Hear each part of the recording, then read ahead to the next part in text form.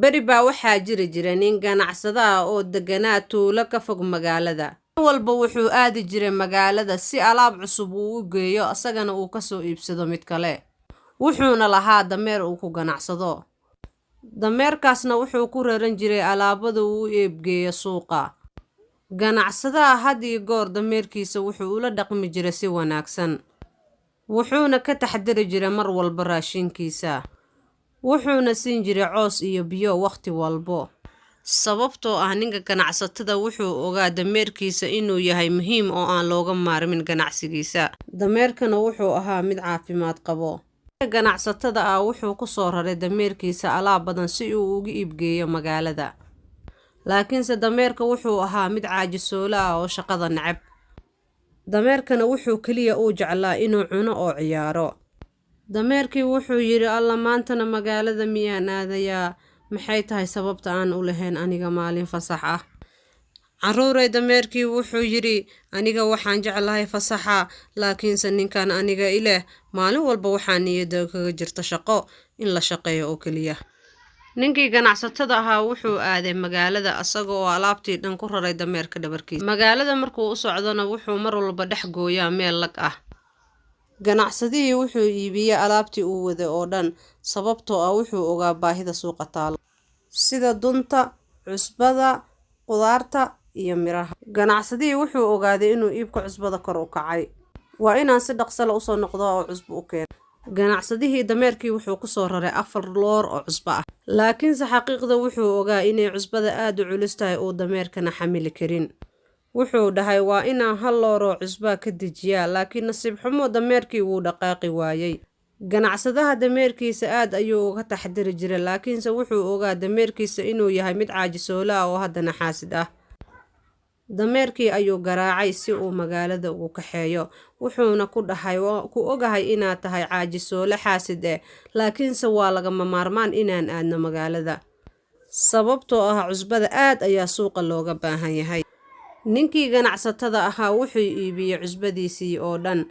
Dadkina waxay dhaheen aad ayaan ugu baahnayn cusbada. Ninkii ganacsatada ahaa wuxuu bilaabay inuu ka ganacsado cusbada maalin walbo. Wuxuuna dameerkiisa ku soo rari jiray 3 loor ama 4 loor oo cusbo ah maalin walbo. Dameerka muuse ku faraxsaneen culeyska maalin walba ah, laakiin wuxuu ku farxi jiray soo noqoshada eberka ah maalin walbo. Ninka ganacsatada ah wuxuu maalin walba dameerka ku rari jiray 4 loor, wuxuuna u iibgeyn jiray magaalada. Maalin markay soo gaareen lagtii ayuu wuxuu arkay biyihii lagta oo aad u sareeya. Ninkii ganacsadaha ahaa wuxuu yiri waa inaan si tartiib ah oo taxadar leh biyahan u marnaa si aanan ugu dhicin annaga. Markay soo gaareen lagta qarkeeda ayaa si lama filaan dameerkii biyihii ugu taraaraxay, waxaana lugta uga dhagay dhagax weyn. Sidaas ayuu dameerkii halkii ku fariistay. Dameerkii wuxuu yiri alla maxaa sameysay? Jawaanadii culeyskooda dhabarkayga ayay saaran yihiin, laakiin ma dareemayo wax culeys ah. Tani waa wax la yaab leh.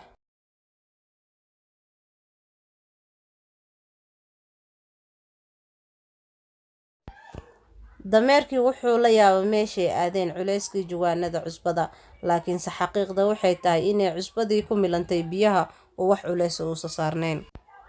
Cusbadii way milantay, sababtaas waaye sababta uu dameerka u dareemi waayo cusbada culeyskeeda. Nasiib xumo wax cusbo ah kuma harin jawaanadii, kulligoodna way dhaqmeen. Allah hooshaydi oo dhan waxay noqotay wax aan waxba tareenin. Hadda maxaan magaalada la aad? Cusbadeedii oo dhan way dhaqantee, laakiin Allah ayaa mahad iskale oo ii badbaadiyay dameerkeyga. Dameerkeyga waxba kuma dhicin, haddana wax aan magaalada ka doonto maba lahanba. Culeys iyo daal kadib waa lag cajiib ah.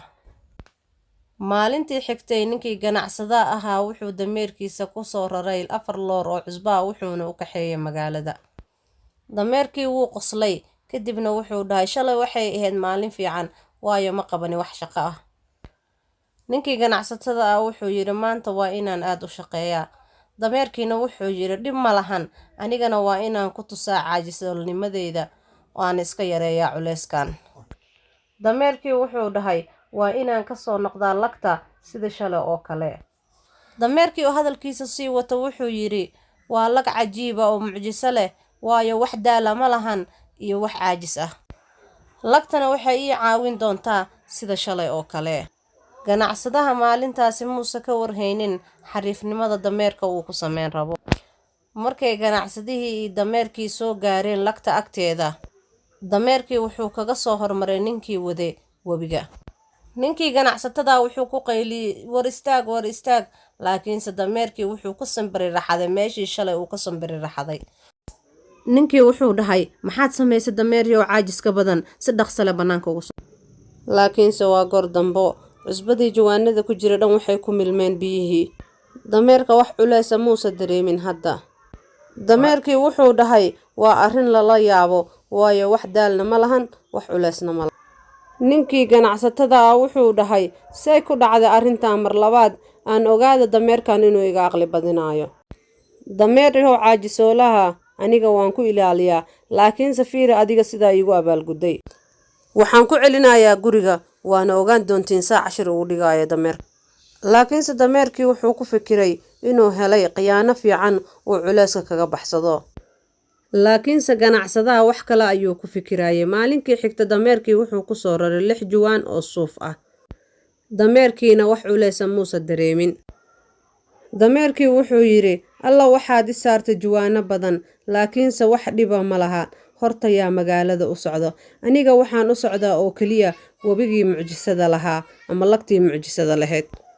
Waxay soo gaareen wabigii. Dameerkiina wuxuu ku sambiri raxaday meeshii uu ku sambiri raxaday maalintii hore. Ninkii ganacsatada wuxuu istaagay wabiga qarkiisa wuxuuna fiirinayay dameerka wuxuu sameynayo. Dameerkii wuxuu yiri, allah waxa igu sii batay culayskii dhabarkii ii saarnaa.